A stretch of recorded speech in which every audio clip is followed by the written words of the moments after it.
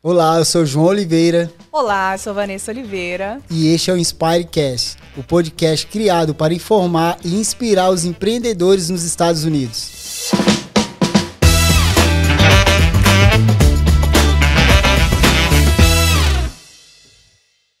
E hoje estamos aqui com a Gisele Colbert, que é CEO da Top Florida Homes. Gisele, muito obrigada, que honra, que prazer ter você aqui com a gente. Muito obrigada por ter aceitado o convite para estar aqui com a gente hoje. Eu que agradeço, enorme prazer estar aqui. Vocês são maravilhosos, tudo que vocês fazem pela comunidade brasileira. Então, realmente, é um grande prazer, uma grande honra estar aqui com vocês. Obrigada. Obrigado. Você também é maravilhosa. Obrigado pelo apoio de sempre que você dá pra gente. E eu queria que você se apresentasse para os nossos seguidores.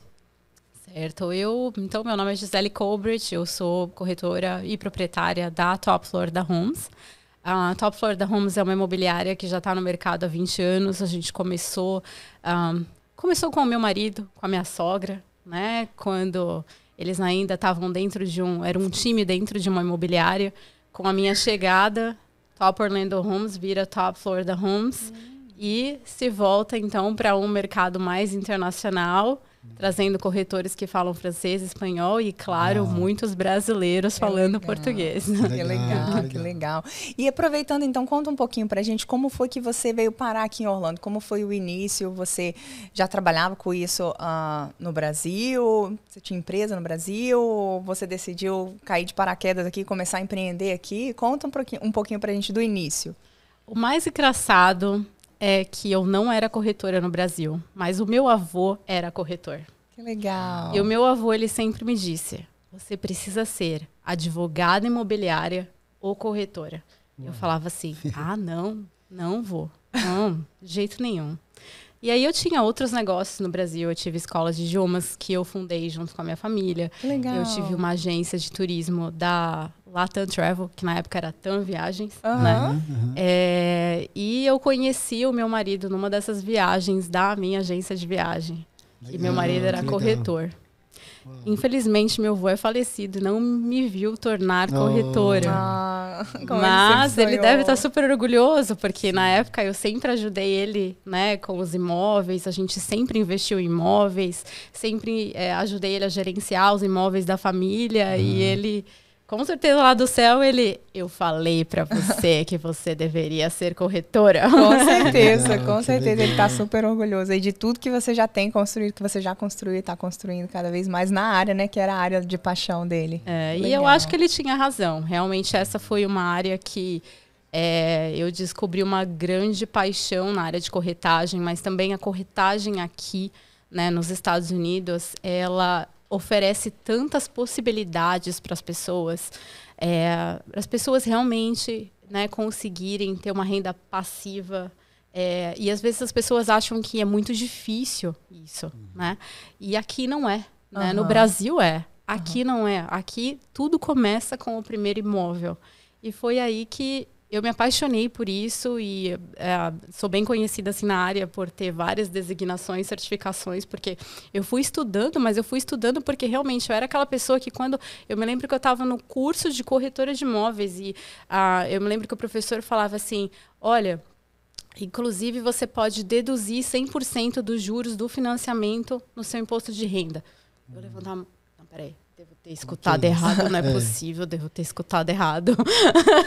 Eu acho muito importante essa parte de continuar estudando, né? Sempre estudar, trazer e se preparar cada vez mais, seja lá qual for a área. A gente sempre fala isso, eu sempre falo isso, né? Não parar nunca, sempre se especializando em tudo. Então, mesmo depois de já ser corretora, de já ter entrado na carreira, você continua... Eu vi que você tem várias certificações em várias áreas, né? Então, mesmo assim, você ainda continua correndo atrás de estudos e de melhorar, se preparando cada vez mais. Eu queria que você falasse um pouquinho para a gente, assim, da importância mesmo de se preparar cada vez mais, porque como a gente a nossa ideia realmente é trazer dicas e, né, para os empreendedores, para mim, pelo menos, é um ponto que eu acho muito importante, que é o de manter o estudo sempre, nunca parar. A gente acha que, não, pronto, já montei minha empresa, estou com sucesso, está tudo bem, então agora é só gerir a empresa. É importante a gente dar continuidade nos estudos também, né? Sem dúvida, porque o curso de corretagem, né, e qualquer pessoa querendo entrar na área, ele te dá uma base, né? Uma base para você entender. Mas aqui na Flórida, o corretor de imóveis, ele tem, assim, ele tem muito mais responsabilidade, vamos dizer assim, que em outros estados. Tem vários estados, por exemplo, Nova York. Quando você contrata um corretor de imóveis, você também precisa contratar um advogado. E é o advogado que vai redigir os contratos e os adendos. Uau. Aqui na Flórida, não. É o corretor de imóveis que faz todos os contratos e todos os adendos. Então, isso significa que a gente precisa ter um seguro bem alto, inclusive, né? E é muita responsabilidade. Então, já começa por aí. Você precisa estar sempre se especializando. São várias designações disponíveis ali. Então, para você trabalhar com short sale, foreclosure, aquelas casas que foram tomadas pelo banco, tem uma designação. Se você for trabalhar com casa de vacation home, de investimentos, você precisa fazer uma designação que te prepare para você conseguir analisar esse investimento para aquela pessoa que geralmente está vindo de outro país, né? E ela precisa que você entender tudo que está por trás, né? Então, eu sempre falo isso para o meu time, né? Você não consegue ser um corretor de sucesso se você não conseguir dar uma consultoria. E você só vai conseguir... Porque a informação está lá, né? A informação... Todo mundo tem informação. A informação está lá na internet. Você pode ir lá olhar tudo, né? Mas o que é o trabalho do corretor, na minha visão? O trabalho do corretor é organizar isso para o cliente, prestando uma consultoria. Deixa eu tentar entender o que você precisa, descobrir qual é o seu real problema, a sua real necessidade e te dar a solução baseado no meu conhecimento. E aí que, é claro, na minha opinião, amanhã mesmo estou indo para uma outra designação. Né? E a minha meta é tirar todas. Não, e é exatamente o que você fez com a gente, né? Você foi lá em casa, sentou com a gente, ficou horas lá conversando, explicando muita coisa. A gente aprendeu muita coisa que, por mais que a gente já está aqui bastante tempo, a gente é de pesquisar, é de estudar, mas a gente não consegue saber de tudo. E você foi lá, explicou muita coisa legal. A gente ficou sabendo até de um tipo de imóvel bem legal, né, de ser adquirido para investimento. E eu achei bem bacana. E eu queria saber, assim, porque muitos brasileiros vêm para os Estados Unidos e querem empreender. Muitas vezes a pessoa nem empreendeu no Brasil, né? Sempre trabalhou de funcionário e chega aqui e quer empreender. E aí eu queria que você compartilhasse com a gente, você já chegou aqui empreendendo ou você ainda foi trabalhar num outro escritório? Como que foi isso? Quando eu cheguei aqui, a minha sogra era corretora e o meu marido, ele estava trabalhando como corretor, mas ele estava trabalhando para um developer, né? Developer é quem desenvolve esses bairros planejados aqui em Orlando. Na verdade, ele trabalhava para um grupo e ele estava desenvolvendo um bairro americano na Alemanha. Uau! E aí, legal. Eu estava grávida nessa época e ele tomou a iniciativa, então, de voltar para o ramo residencial, onde a mãe dele já estava, e falou, não, e eu acho que é algo que você já falou para mim que você gosta, que o seu vô fazia, e que eu acho que você vai se dar muito bem nisso. Por que você não vem trabalhar como minha assistente? E aí eu comecei como assistente dele, comecei com assistente de marketing, depois eu fui para Transaction Coordinator, lendo todas as documentações, e aí eu fui me apaixonando de um jeito que aí eu falei, nossa, mas é muito bom. O brasileiro é sensacional, né? Eu sempre falo que o brasileiro, ele nunca entra num negócio e fica estagnado ali naquele negócio, né? O brasileiro, ele sempre faz sucesso justamente porque ele vai expandindo, estudando, buscando conhecimento, pesquisando e querendo realmente crescer na área que está ali no início. Então, muito legal. E eu acho que foi aí que foi legal, porque também eu acabei trazendo uma visão para eles, né, que os dois são americanos, que eles não tinham antes, né, que a gente tem muita gente que vem para a Flórida e até, né, e não sabe como começa, né, então eu trouxe essa visão para eles de, olha, dá pra gente seguir um outro rumo, dá pra gente, né, trabalhar de outras formas aqui, expandir de outras formas, né. Muito legal. Então foi uma boa sinergia que deu certo. Legal. E nessa expansão de buscar outros mercados, buscar até o mercado brasileiro, o mercado francês, quais foram aí os desafios que vocês tiveram nesses processos? Contratar pessoas que falassem todos esses idiomas, desenvolver os materiais nos idiomas também e entender esses mercados, né? Sim. Porque quando parte da consultoria é você entender o mercado de onde o cliente vem, para tentar explicar para ele a diferença do mercado de onde ele vem para o mercado daqui.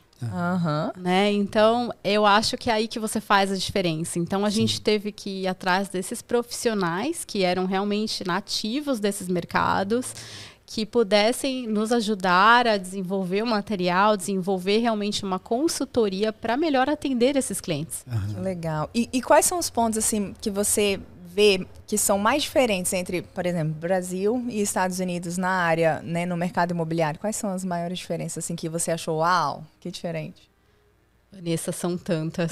Olha, vamos começar pela entrada, né? Então, tipos de financiamento, a facilidade de se conseguir um financiamento aqui, a oportunidade de uma pessoa, um estrangeiro, né, que chega aqui e começa a já declarar imposto de renda, conseguir comprar aí uma casa com 0% de entrada, com um número, né, o ITIN, né, o ITIN, que antes, até pouco tempo, não tinha essa possibilidade, hoje já se tem essa possibilidade. Eu imagino que isso no Brasil seja impossível, né? Impossível. Financiar, se não tiver se você não tiver CPF no Brasil, você não faz, você não abre conta, você não faz nada.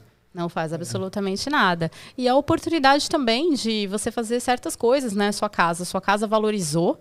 Então, quer dizer que você pode refinanciar a sua casa e tirar dinheiro da sua casa para comprar uma propriedade de investimento, abrir um negócio, pagar uma faculdade, né? Ou, né, fazer uma linha de crédito, né, para fazer uma melhoria no seu negócio, uma melhoria na empresa. Então, essas possibilidades que a gente não vê no Brasil e que aqui tem tantas, né? A taxa de juros, como a gente falou, é uma infinidade de coisas. Legal, legal. E eu lembro de você ter falado pra gente sobre um programa que interliga negócios entre imóveis, né, do Brasil e Estados Unidos. Como que funciona isso na prática? Você poderia falar um pouco pra gente? Esse é um produto novo que chegou e a gente tá bem feliz de pilotar ele aqui na Top Florida Homes. Legal. Então agora as pessoas têm a possibilidade de financiar um imóvel, né? Seria um consórcio, né? Então, esse consórcio, ele é feito em reais no Brasil, alienando um imóvel no Brasil, com prestações em reais, ou seja, a pessoa não sofre flutuação cambial. Que legal. E ela consegue designar comprar um imóvel aqui nos Estados Unidos. Olha isso, gente. Agora aí, o pessoal que quer comprar imóvel, tá no Brasil, pagar em reais, só falar com a Gisele. Que legal, Gisele, que legal. Isso é novo, assim, de quanto tempo? Eu não tinha ouvido falar mesmo, nada parecido. Esse produto, ele chegou faz pouco tempo. A gente estava fazendo primeiro um piloto, antes de realmente começar na imobiliária, né? E eu acho que depois, com essa questão das eleições no Brasil, o pessoal acabou achando que esse produto, realmente, o lançamento desse produto no Brasil seria de grande sucesso, porque a gente percebeu que muitas pessoas estavam procurando dolarizar o seu patrimônio ou parte do seu patrimônio. Então, é tipo assim, se a pessoa tem uma casa no Brasil, aí ela usa a casa como garantia? Isso, a casa precisa estar quitada, né? Então, ela vai ter um imóvel, por exemplo, na faixa de 400 mil. Então, ela vai poder pegar um consórcio de quase 400 mil, porque ela está dando a casa como garantia. Ela vai precisar realmente comprovar renda também, né? Mas vai ser a renda para cobrir realmente a parcela. Não é nada assim de outro mundo, né? O principal é a pessoa ter um imóvel no Brasil no qual ela consiga alienar como garantia de pagamento. Que legal. E ela recebe uma carta de crédito, né? E aí o consórcio é igual um consórcio normal no Brasil. Você pode dar o seu lance, né? Ou você pode esperar ser sorteado. E aí, esperar ser sorteado, você não precisa nem dar entrada nenhuma, né? E aí, quando você é contemplado, você recebe uma carta de contemplação, eles transferem o dinheiro todo para sua conta corrente e você consegue comprar a casa aqui em dinheiro, ou seja, ainda consegue negociar o valor da casa. Que legal. Então, na verdade, basicamente, a pessoa faz toda a transação financeira no Brasil, recebe o dinheiro e compra aqui, né? Aqui não existe nada parecido com consórcio que tem no Brasil, né? Nunca ouvi falar. Tem? Não existe. Não. Os americanos não conhecem. Inclusive, eu já posso até adiantar. Meu Deus, não sei se eu deveria falar isso, mas... Não, a gente não vai mostrar para os americanos, não. Pode ficar tranquilo. Ainda bem que a gente está falando em português. Mas a empresa está fazendo um estudo para ir para o mercado americano. Legal. Possivelmente ampliando esse produto para os americanos, né? Que realmente não conhecem, não tem. Isso é parte da criatividade brasileira. Não, o brasileiro é demais, gente. Muito criativo, legal, muito bom, muito bom. E falando aqui, voltando aqui na parte de empreendedorismo, porque você, além de corretora, você é CEO da empresa, então eu imagino que você também faz, né, essa parte aí, você teve empresas no Brasil, como você me falou, né?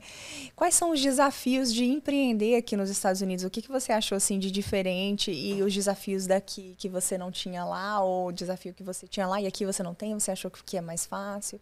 Fala pra gente um pouquinho sobre essa parte. Eu acho que empreender aqui, eu sou uma pessoa totalmente apaixonada por empreender aqui nos Estados Unidos. Eu acho que aqui você tem uma infinidade de possibilidades, né? Praticamente o mundo todo praticamente fala inglês. Né? Sim, verdade. Então até quando a gente estava expandindo a empresa, a gente conseguiu contratar consultorias em várias partes do mundo. Legal. Né? Coisa que a gente não conseguia no Brasil, né? Até pelo idioma. Aqui eu acho muito fácil em questão tributária, em questão de contratação de funcionário. É um país realmente... E a Flórida, né? Eu acho que a gente tem que falar Estados Unidos, mas também temos que falar em Flórida. A Flórida em si, ela é realmente muito favorável. Ela é um estado pro-business. Legal. Você fala assim, pro-business com relação a, por exemplo, incentivos... de taxas, coisas nesse sentido, mais a questão trabalhista, porque eu vejo que realmente, por exemplo, comparando com Nova York, as taxas, e Califórnia, por exemplo, as taxas de impostos, lá tem bem mais taxas de impostos do que aqui, né? E uma outra diferença do Brasil também, né? No Brasil é imposto em cima de imposto, bem mais fácil de declarar aqui também, né? Você declara em cima do lucro. E então, para fazer essa parte de contabilidade, talvez seja um pouco mais simples aqui no Brasil. E aqui nos Estados Unidos, eu acho um pouco complicado. Eu confesso que é mais fácil do que o Brasil. Porém, no Brasil, eu mandava tudo pro contador e ele resolvia. Então, mas aqui também você pode mandar tudo pro contador. Era isso que eu ia falar agora. Mas eu acho que justamente porque a gente tem essa possibilidade de fazer a gente mesmo, então a gente acaba que vai, né? Sofre, chora. Ai, meu Deus, essa conta era para ter colocado aonde? No da empresa. Meu Deus, eu tô usando o cartão da empresa com coisa de particular. Então, a gente tem que ficar cuidando né, durante o mês inteiro aí para organizar esse financeiro para mandar para o contador. Mas já falei, manda logo todo mês, manda só o extrato, deixa o contador sofrer lá, deixa a gente mais tranquilo aqui. Eu tenho um pouquinho de dificuldade de delegar certas coisas, assim, eu gosto de manter o controle de algumas coisas, então realmente eu preciso deixar um pouquinho, né, let it go um pouquinho. Como que você é nesse sentido, assim, na questão da sua profissão como realtor e como administradora da empresa? Você faz muita coisa como empreendedor em si dentro da empresa ou você delega tudo e fica mais na parte de realtor? Como que você faz? Olha, Van, eu sou igual a você, viu? Eu também estou trabalhando aí nessa parte de delegar. Eu acho que é coisa de mulher, acho que é coisa de mãe, não sei. Acho que a gente quer manter o controle, né?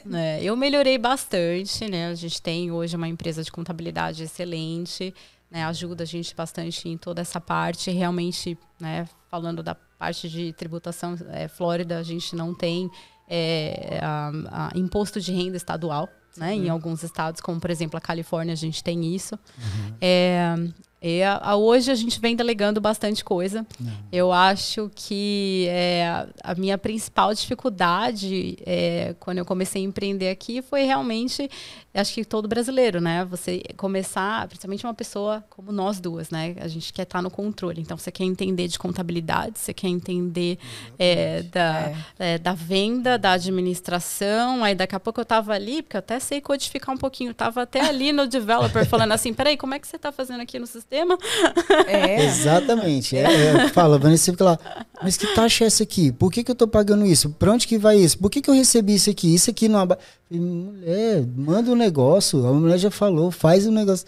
Mas eu entendo que essa parte, assim, quando você quer delegar, quer estar em tudo, dificulta um pouco. Mas quando você começa a liberar, começa a vocês falaram, eu esqueci o nome da palavra. Delegar, vai ficando mais fácil, vai ficando mais tranquilo para você vai tendo mais tempo para fazer outras coisas, então vale a pena tá delegando. Eu lembro que a gente foi comprar nossa casa, a gente ficou uns 3 anos tentando comprar nossa casa. Ia no corretor, conversava com um, olhava a casa e sempre tinha alguma coisa. Porque a gente não sabia do processo, não sabia como funcionava, era tudo novo. A gente achava que era igual no Brasil, ia na caixa lá econômica e fazia o financiamento. Como que funciona aqui? Você poderia passar um processo assim, padrão de compra de uma casa?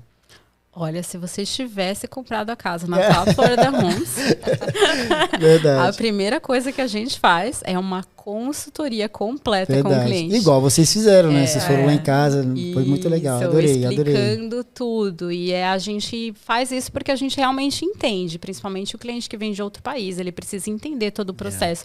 Ele precisa ter a segurança para ele estar ali na posição de decisão, né? Então, é uma consultoria que a gente sabe, vocês sabem disso, a gente faz uma consultoria de 1h30, 2 horas, completamente gratuita com o cliente, sem compromisso nenhum, realmente para a questão de educá-lo mesmo, né?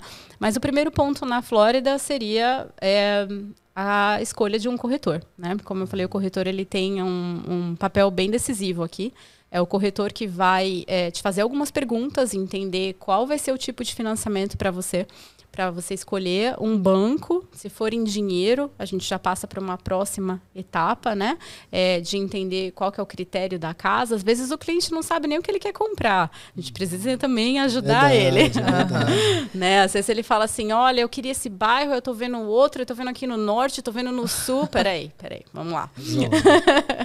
Né? Então, o corretor ele também precisa ter esse feeling, né? De guiar o cliente não só para decisões financeiras, escolher, mas também tentar ajudar ele na decisão dele, de bairros, o que é importante para você. Vamos fazer enumera para mim o que é importante. E depois, sim, né, aqui nos Estados Unidos, a gente precisa realmente de uma carta de pré-qualificação, né, antes de começar a visitar as casas, né? Essa questão de corretor... tem um negócio assim, que se eu conversar com um corretor, aí depois eu não posso mais ter outro corretor. Tem um negócio assim, eu já ouvi um negócio parecido nesse sentido. Por exemplo, se eu comprei minha casa com uma corretora, se eu quiser comprar com outra, eu tenho que ser com aquela corretora que eu fiz o negócio? Mas tipo assim, se eu falei com você, tô querendo comprar uma casa, Gisele, sim, aí você me dá toda a assistência, depois eu venho aqui. Então, amiga, eu tô querendo comprar uma casa. Não, tem um negócio assim, que a gente não pode, acho que uma fidelidade, um negócio assim, Funciona assim, o corretor aqui, ele tem quase que um papel de um advogado, né? Ele tem a representação, né? Então, por exemplo, aqui, quando você vai vender sua casa, né? No Brasil, é pago lá uma comissão, gira em torno de 6% para quem trazer o comprador. Aqui não, aqui os americanos é 6%, ele está te contratando, mas ele quer que você represente ele, e você, da sua comissão, vai pagar ali metade daquilo para o corretor que represente o comprador. Então, aqui, ambas as partes querem ter sua representação, o que eu acho super inteligente. Porque, realmente, né, você vai ter uma pessoa de um lado, outra pessoa do outro, e cada um defendendo os interesses do seu cliente, mas de uma maneira sem colocar emoção. Não são os clientes negociando diretamente, né? vários corretores, né? Aqui todos nós temos um sistema unificado, que também não temos no Brasil, né? Então temos o MLS, que é um sistema de corretores unificado. A gente consegue ter acesso a todas as propriedades do mercado, né?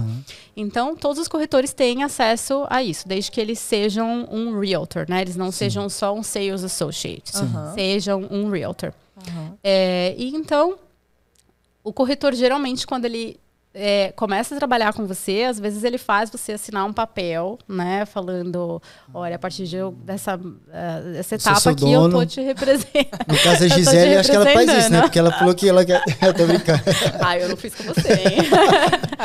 A gente, na Tal Florida Homes, a gente não faz, não. A gente acredita que...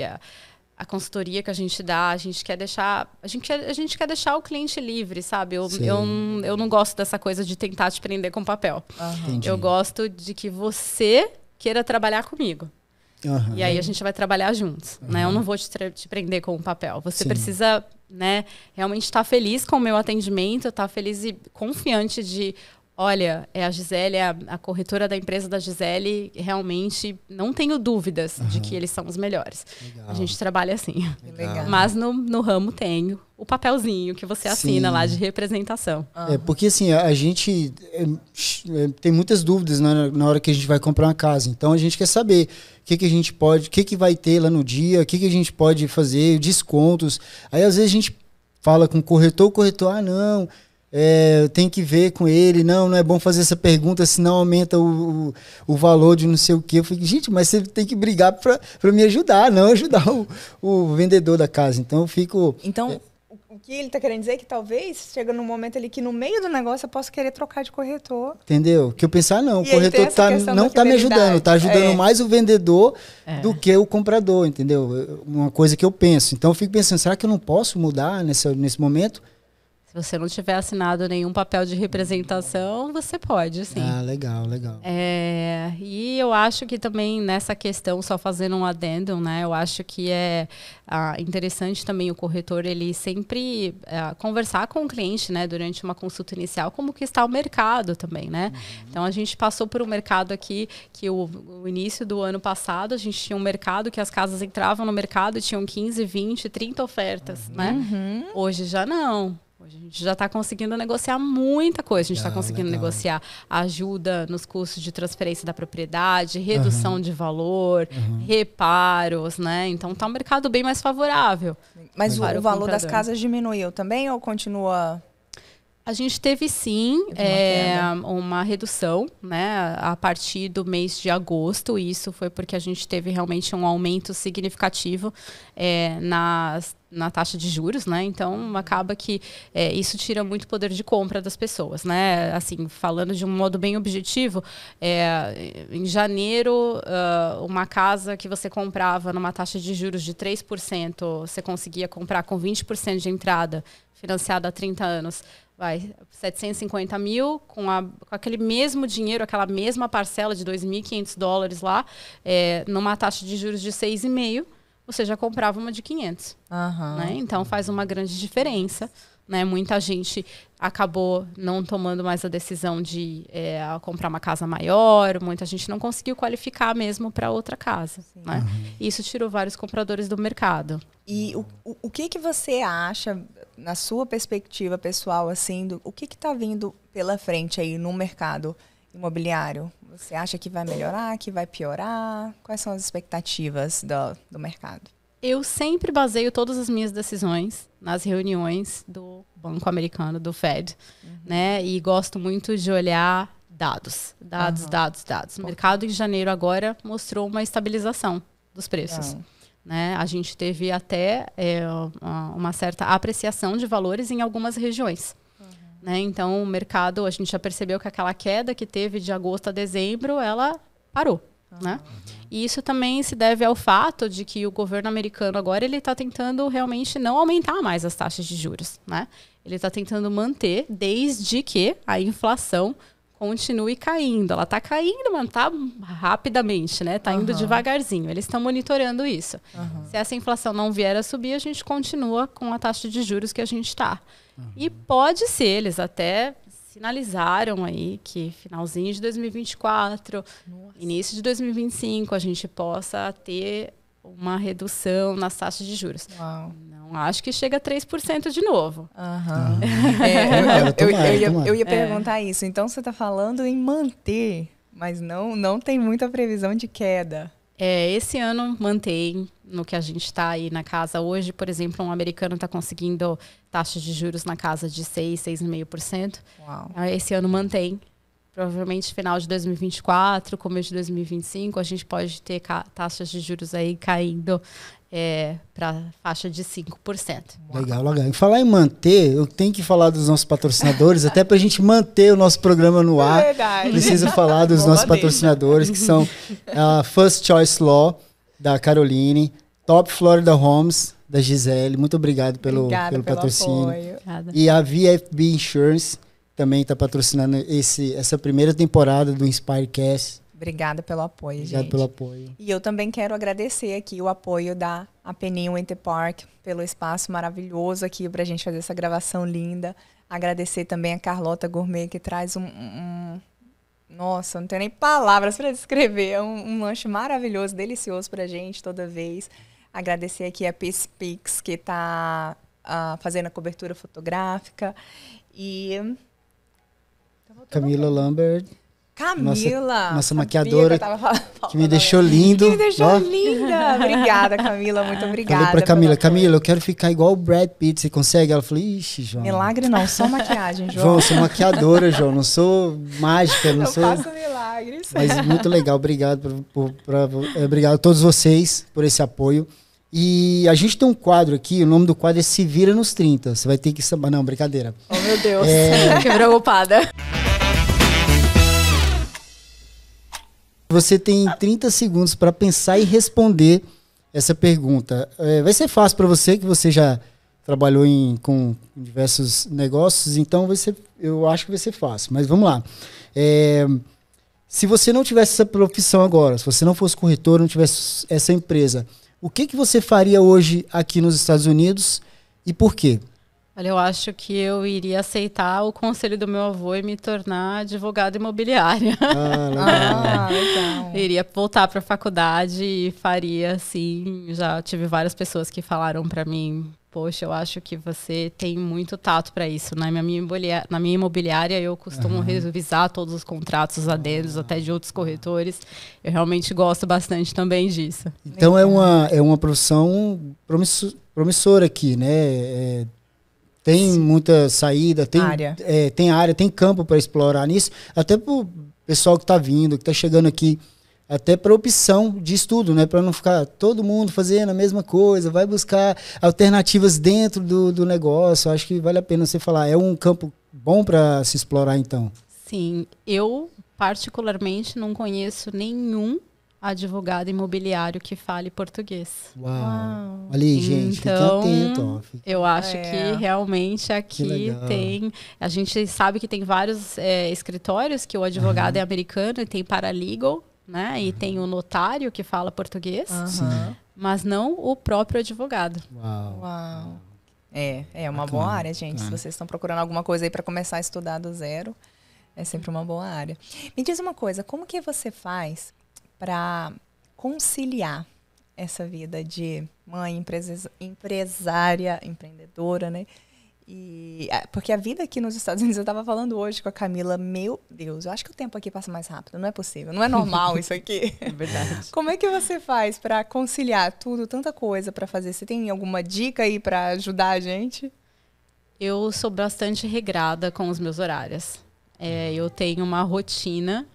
E essa é a minha rotina, segunda a sábado, acordo sempre no mesmo horário, leio sempre no mesmo horário, tomo café no mesmo horário. Consegue manter a rotina? E tenho as reuniões com os times também, com o meu time, com as minhas assistentes, todas também num horário pré-estabelecido. Porque isso me ajuda realmente a me organizar, manter e realmente, porque eu tenho 2 crianças pequenas também.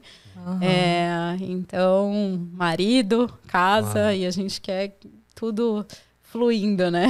E por falar em time, como que funciona assim? Vocês têm ali um plano de carreira para os funcionários?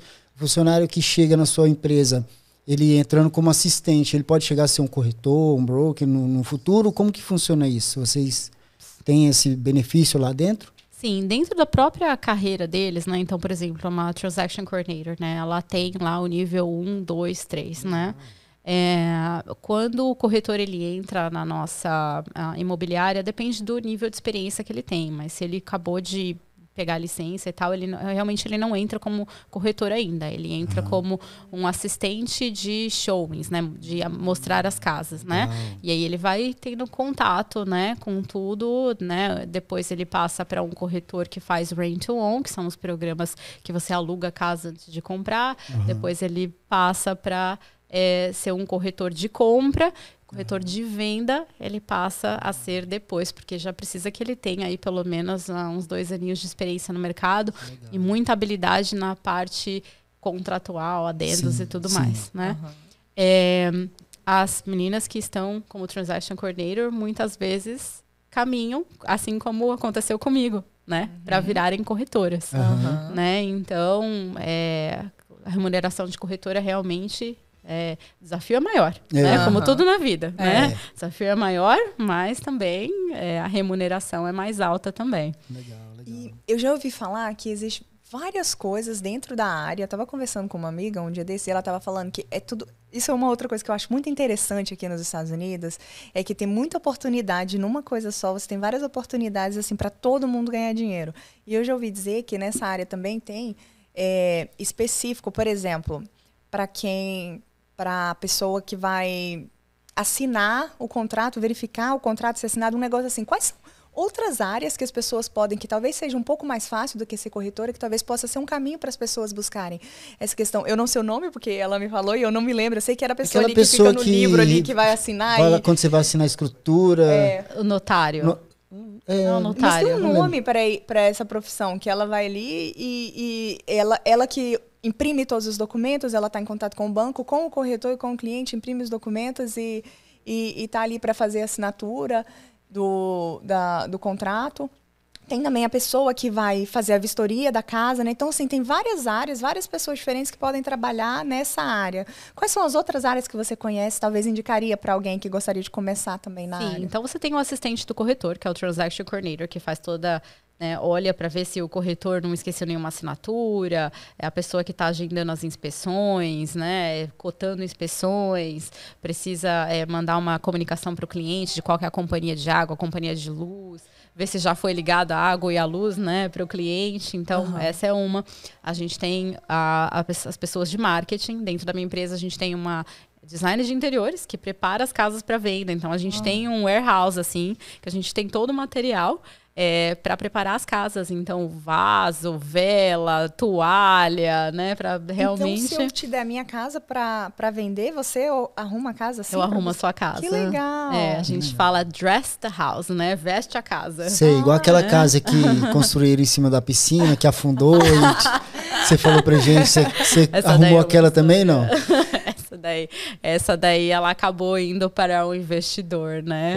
Essa história é muito engraçada, né? O pessoal, não façam isso, amiguinhos. Aqui em Orlando, o lençol freático é muito próximo, né, da superfície. Se você tirar a água da piscina, a pressão da água pode levantar todo o chão da sua piscina. Se você tiver estrutura de ferro, levanta até a estrutura de ferro. Foi isso que aconteceu naquela casa que eu comentei com o João outro dia. E eu achei incrível, eu fiquei chocada, porque não foi só isso, não perdeu só a piscina, perdeu a casa inteira, né? Abalou a estrutura da casa, a casa deu perda total. Sim, a estrutura Nunca de ferro. imaginei uma coisa dessa, surreal. É uma coisa que... Não, eu já sabia disso, porque lá no Brasil, um tio nosso esvaziou a piscina, ela rachou. Okay, mas não piscina, não levantar a casa lateral do negócio. É surreal essas coisas que acontecem. Tem alguma outra história assim louca que você possa compartilhar, que você fala assim, uau, nunca imaginei que poderia acontecer alguma coisa dessa? Gente, como acho que todo dia eu brinco que a carreira de corretor, inclusive, acho que eu tenho esse plano, assim, quando eu realmente ficar mais velhinha, eu vou começar a escrever um livro. Vocês vão dar muitas risadas. Que legal. Com todas as histórias que acontecem. Porque realmente, assim, todo dia é um dia diferente, né? Então, você tem desde situações da pessoa que queria vender a casa, aí a gente arrumou toda a casa, colocou a casa para vender, aceitou um contrato, depois de 15 dias ela te liga e fala: ai, meu Deus, não quero mais vender minha casa. Ai. Meu Deus. Cara, já com as compras, ou com os móveis no caminhão para mudar, a pessoa... E como faz num caso desse? A pessoa... Paga multa? Pode cancelar? Como funciona num caso desse? É difícil, Chora. né? A gente tenta realmente sempre um acordo, né? Trabalha com a verdade, tenta um acordo com o outro lado. Às vezes tem que, para a gente conseguir cancelar um contrato, precisa ter um certo tipo de compensação para outra parte, né? Que deve já ter investido dinheiro em inspeções, em avaliações do banco, né? Essas são outras áreas também que a pessoa pode estar fazendo, ser inspetor de casa ou ser um avaliador para o banco, né? Verdade, verdade. E essas compras de casas assim que vão para leilão, outras que você compra a dívida delas, vocês também fazem esse trabalho ou não? Sim, a gente tem as casas de short sale e foreclosure, né? Foreclosure é quando o banco já tomou a casa do cliente. Short sale é quando o cliente está tentando vender antes que esse processo aconteça. Porque aqui na Flórida a gente precisa, para que o banco consiga tomar a casa da pessoa, é feito um processo contra a pessoa. Sim. Então isso pode levar aí de 3 a 6 meses, às vezes até leva anos, dependendo se a pessoa também tem um advogado do outro lado, enfim. Então, às vezes a pessoa tenta fazer um short sale, né? No caso, um short sale seria o quê? A pessoa, ela deve mais para o banco do que a casa vale. Entendi. Né? Então, e aí pode ser por N razões, né? E aí ela tenta fazer com que o banco aceite a venda da casa, aceitando um valor menor pelo saldo devedor. Que legal. E a gente tem os famosos tax deeds, né? Que é onde a pessoa ela pode ir num leilão da prefeitura, e existe site para isso, né? Você vai no site do condado e você olha as casas que estão indo para leilão porque não pagaram impostos. Sim. E aí tem uma história muito triste, né? E é aí que a gente também tem na parte de consultoria, a gente fala muito para os clientes, né? Tem muito estrangeiro que esquece de pagar imposto da casa. Nem sempre o imposto vem no seu financiamento. Nossa. E aí a pessoa acaba perdendo a casa sem E o corretor já vendeu, vendi, acabou, peguei minha comissão, ele que continue a vida. E quais são as opções para quem gostaria de investir? Na sua opinião, quais são as melhores? Por exemplo, casa para vacation, Airbnb, ou flip, comprar a casa e reformar, ou comprar para aluguel de longo termo. Na sua opinião, quais são as melhores opções para investimento hoje em dia? Eu gosto sempre de perguntar e avaliar como que é a vida da pessoa, né? Então, por exemplo, eu estou vindo para cá e eu quero investir em vacation home, eu pergunto como está seu tempo? Você está trabalhando em uma outra empresa? Quem que vai administrar essas casas? Quantas casas você vai comprar? Se você for comprar uma casa só de vacation home, né, e você for colocar essa casa sob a administração de uma administradora, seu lucro não vai ser tão grande, né? Então, de repente, se você for comprar uma casa e eu estou começando, seria melhor você tentar administrar aquela casa para aumentar, né? O gerenciamento de uma casa de vacation home já está na faixa aí de 20% do seu lucro vai embora, né? Então, agora a pessoa veio do Brasil e eu vou comprar 5 casas ao mesmo tempo, já está compensando você colocar numa administradora, né? De repente dá para você realmente ter essas 5 casas e trabalhar num outro ramo. Agora, não, eu tenho dinheiro para comprar uma casa só, eu vou ter uma empresa aqui que eu estou abrindo que vai me demandar muito tempo. Vamos passar para o long term, que é o aluguel convencional, né? E aí a gente tem várias opções que são muito lucrativas, que são multifamily, né? Que são casas, uma casa residencial que, na verdade, ela é dividida em 2. Então, são 2 unidades. Mas é um financiamento só. Legal. E é um financiamento residencial, um financiamento com incentivos fiscais. Mesmo sendo uma propriedade de investimento, você consegue, é a sua second home, né? Você consegue, inclusive, deduzir todo o valor pago em juros no financiamento do seu imposto de renda.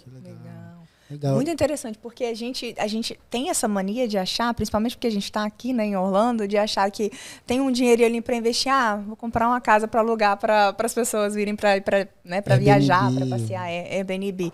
E, na verdade, existem possibilidades que a gente nem pensa, por exemplo, esse multifamily, porque eu só pensava assim, Airbnb ou, no máximo, uma casa para um long term. Mas essa ideia, por exemplo, das duas casas... o multifamily é legal porque o valor dela é quase o mesmo de prestação de uma casa sozinha no lote, mas você pode fazer 2 contratos de aluguéis. Sim. Entendeu? Duas casas em uma, né? 2 casas em uma. Muito legal. 2 casas em uma. E tem muita gente, vou até mais longe, tem muita gente que entra em casas assim, elas... Só procurar, vocês vão ver, se chama multi-generation homes, né? Casas de multi-generation. E muita gente faz o quê? Ela mora na casa principal, que geralmente tem 3, 4, 5 quartos, e aluga a menor, porque tem entrada individual, tudo tem 1 ou 2 dormitórios. E eu vou até mais longe. Eu tenho clientes que compraram já há 4, 5 anos, que conseguiram refinanciar essa casa quando as taxas de juros estavam ali entre 3% ou até menos que 3%, e que hoje a casa menor paga todo o financiamento. Nossa, já pensou que investimento sensacional. A pessoa mora de graça. Mora de graça. Coisas que os Estados Unidos te possibilitam. Nossa, sensacional. Porque então você faz um investimento e, na verdade, ele se paga, né? Sim. Aquele também do imóvel comercial com um residencial junto é outro, que eu não sabia, não passava pela minha cabeça, e é uma outra opção também que é muito rentável, né? Muito, dependendo, o aluguel só já paga também o financiamento completo. Hoje, com esse conceito de trabalhar em casa, surgiu o conceito de LiveWorks, né? No qual você tem a casa em cima, embaixo tem o espaço comercial, e aí tem também algumas unidades que você tem a garagem anexa, e em cima da garagem tem um outro apartamento, ou seja, 3 unidades. Legal disso um financiamento só, único. É verdade. Mas não é muito comum, né? Onde tem aqui em Orlando, por exemplo, construções desse tipo? Não, contrata a Gisele que ela vai te mostrar, velho. Né, Gisele? Me contrata que eu vou te levar lá, te apresento. Me lembra muito o Brasil. Vou te mandar uma planilha. Me lembra o Brasil, lá onde a gente tinha loja, era a nossa loja embaixo e tinha 3 apartamentos em cima. Então, e eu nunca tinha visto isso aqui. Eu achei sensacional quando você me contou. Mas não é ainda muito comum, né? Não é muito comum, porque também, dependendo do condado, do county, né, é um pouco mais difícil de aprovar esse tipo de projeto. Mas a gente conseguiu já ver alguns projetos como esse, o Winter Garden, Avalon Park, ou Vero está construindo um dentro de um shopping agora. Tá, infelizmente já está todo esgotado esse. Claro, né? Uma oportunidade dessa. Tem um projeto aí também para a região de Tampa vindo. Quem quiser saber. Legal. Eu quero. E você acha que é uma tendência? Você acha que a tendência é aumentar esse living work? É o nome? Eu acho sim. Muita gente até compra esse tipo de investimento realmente para ter o seu negócio embaixo e morar em cima. Né? E aí aluga o apartamento em cima da garagem, ou em cima da garagem você tem uma outra pessoa da sua família morando, né? Então, ele é um investimento que ele vem crescendo muito devido à flexibilidade, né? E também o poder de retorno, né? Eu sempre falo para as pessoas, né? As pessoas sempre me perguntam, como que você analisa um investimento imobiliário? Né? Eu poderia dar várias regras aqui para você, mas eu vou te dar uma bem fácil, né? Você tem que ver qual que é o percentual do aluguel em relação ao seu preço de compra, né? Então, se o preço de compra for 300 mil e aquele aluguel está te retornando ali pelo menos $3 mil bruto, né? Vamos começar a analisar por aí. Né? Porque aí é onde começa a ser um bom investimento. Né? Legal.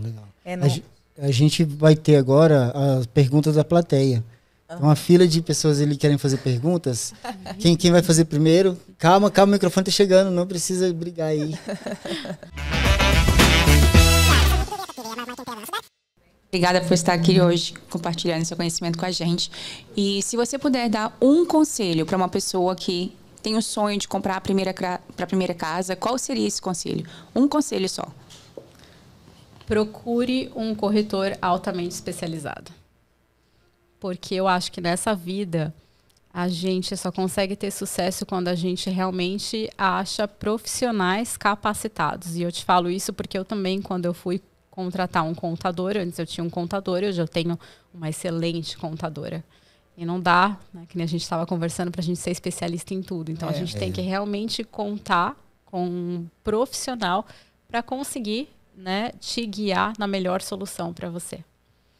Legal, legal. Eu costumo sempre dizer que a gente padece por falta de conhecimento, né? E se você pega um corretor que não é especializado, não tem o conhecimento para te passar, às vezes você faz um investimento, por exemplo, eu, que achava que, super legal era fazer um Airbnb, eu descobri que não, que eu nunca ia ter tempo para cuidar sozinha, né? Para ter o lucro suficiente, eu ia acabar tendo que colocar na mão do administradora e o lucro ia acabar indo todo para a administração. Então, são informações que se você não tem uma pessoa que vai te realmente mas analisar... não todo, né? Ia o lucro ia ser menor, mas... 20%? Mas aí a que ponto valeria a pena, né? O estresse, os juros altos no momento. Então, são informações que são coisas que a gente olhando de fora, a gente acha que é uau, super investimento. Mas se não tiver uma pessoa que está dentro da área, né, que é especializada para explicar, a gente acaba entrando num negócio que a gente acha que é bom e no final das contas não é tão bom assim. Investimento é investimento e é números, é planilha, é estudar as despesas, análise, exatamente, estudar o retorno para saber se vale a pena ou não. Legal. Mais uma pergunta? Com você. Para uma pessoa, geralmente, quando ela compra a sua primeira casa aqui nos Estados Unidos, ela tem alguns benefícios, algumas facilidades, né? E para uma pessoa, um investidor que está lá no Brasil e ele só quer dolarizar o seu patrimônio, investir aqui, ele vai comprar a sua primeira propriedade aqui, ele também tem algumas facilidades por ser a primeira? Ele tem a possibilidade de fazer o consórcio, que eu acho excelente, porque se a pessoa está no Brasil, ela não tem assim uma urgência, ela não vai vir morar aqui, né? Então eu acho que essa opção do consórcio é fantástica para quem está lá, né? Agora, as facilidades de uma pessoa que vem do Brasil seria se ela vir comprar em dinheiro, né? Ou como ela está fazendo um financiamento com uma entrada mais alta, porque hoje para um financiamento para estrangeiro ele tem uma entrada mais alta. Geralmente o corretor consegue negociar um valor da casa menor devido ao mercado que nós temos hoje, até porque é uma oferta mais forte. Você falou sobre essa questão de trazer o dinheiro. É fácil, é só chegar e falar, tenho 5 milhões aqui, eu quero comprar uma casa gigantesca, todo esse dinheiro. Como que funciona isso? Porque eu já vi pessoas falando que não, tem todo um processo. Como que funciona isso na prática? Não é só ter dinheiro, tem que ter crédito, né? Um negócio assim que é importante. Quando você vem como estrangeiro, você vem com uma entrada maior, né? Porque você ainda não tem um crédito. Se você consegue fazer um planejamento de já conseguir construir um crédito aqui para comprar, as suas possibilidades realmente aumentam, né? Mas eu acho que a questão mais importante aqui é falar sobre proteção patrimonial, né? Como um estrangeiro, quem é americano não tem imposto de sucessão, mas quem é estrangeiro tem imposto de sucessão. Tem imposto FIRPTA, né? Que é um imposto para estrangeiros para quem vende a casa. Então, só que tem maneiras de você evitar esse imposto. Então, se esse imposto estiver no nome de uma empresa que está declarando imposto de renda nos últimos 2 anos e tiver 2 sócios dentro dessa empresa, é uma das maneiras. Legal. Você evita essas duas, né? Então, proteção patrimonial é algo que tem que ser discutido, né? E aí tem que ser feito um planejamento junto a um contador também, né? Antes da pessoa, deixa eu já transferir todo o dinheiro. Calma. Sim, verdade. Então é muito importante, né, um estrangeiro que tem interesse em investir, mais ainda buscar o conhecimento e um corretor que saiba o que está fazendo para proteger o patrimônio, né? Não é só vir aqui comprar no seu nome e pronto, achar que está tudo bem, porque depois corre um risco de ter uma perca que não precisaria ter, né? Infelizmente é o que a gente mais percebe. Depois a pessoa tenta vender a casa E aí ela se depara com algumas situações, como, por exemplo, o FIRPTA, que leva 15% do seu lucro bruto. Uau. Né? Do valor bruto da casa. Então, quer dizer, assim, a pessoa realmente fica desnorteada. E ela poderia ter evitado aquilo. Isso, né? Evitado com simplesmente ter feito os impostos de renda, colocado a casa no nome de uma empresa, né? O que eu não vou evitar é de fazer um outro episódio com você, porque tá muito legal o bate-papo, mas acabou. Infelizmente, nosso tempo acabou. Nosso tempo tá acabando e eu queria, então, pedir para você deixar uma mensagem, assim, para finalizar. Qual a dica que você daria para uma pessoa que quer vir empreender aqui nos Estados Unidos? Qual a sua dica?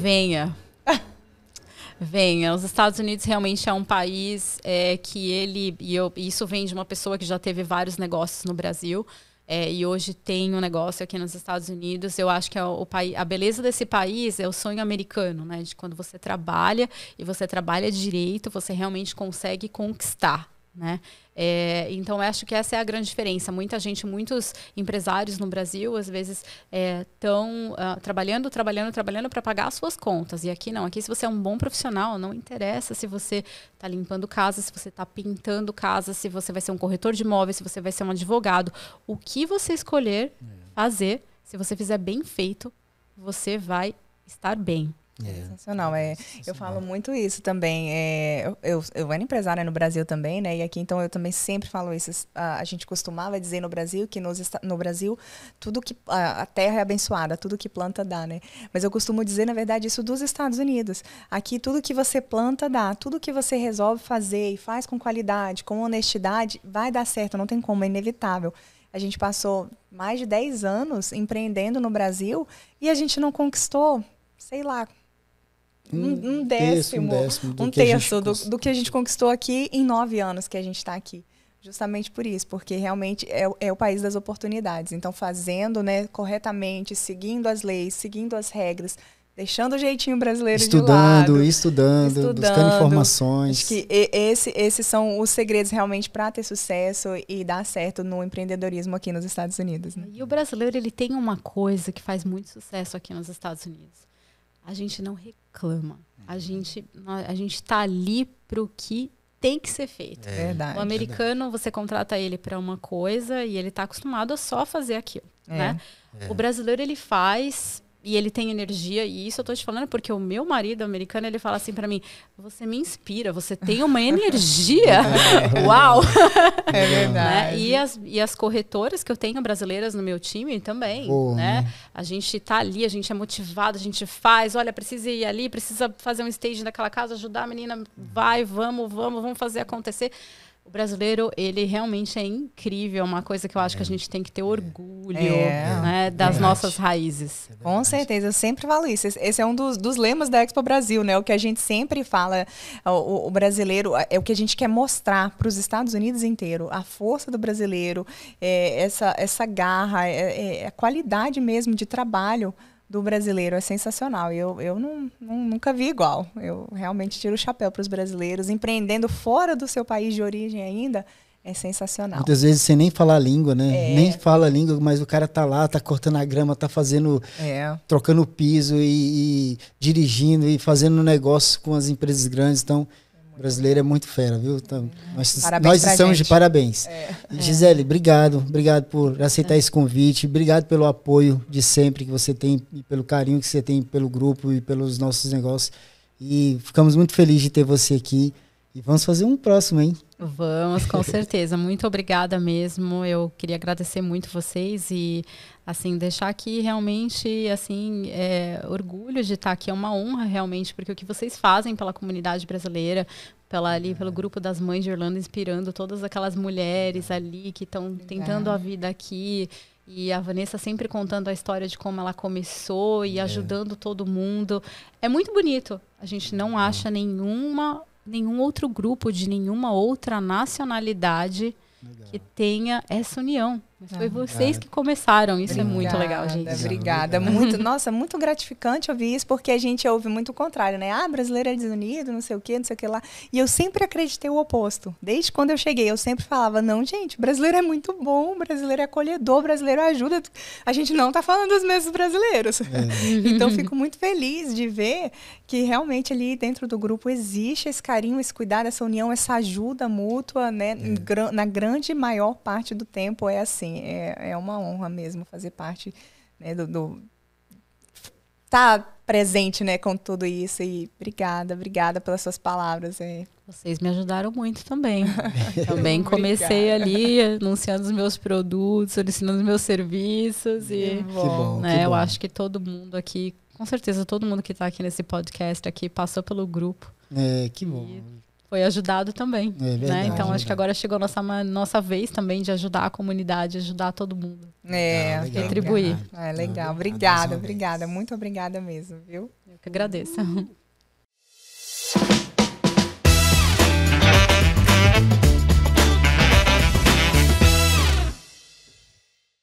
Muito obrigado pela sua audiência. Não se esqueça de curtir e seguir o Inspirecast. E se esse conteúdo te ajudou de alguma maneira, compartilhe ele com seus amigos.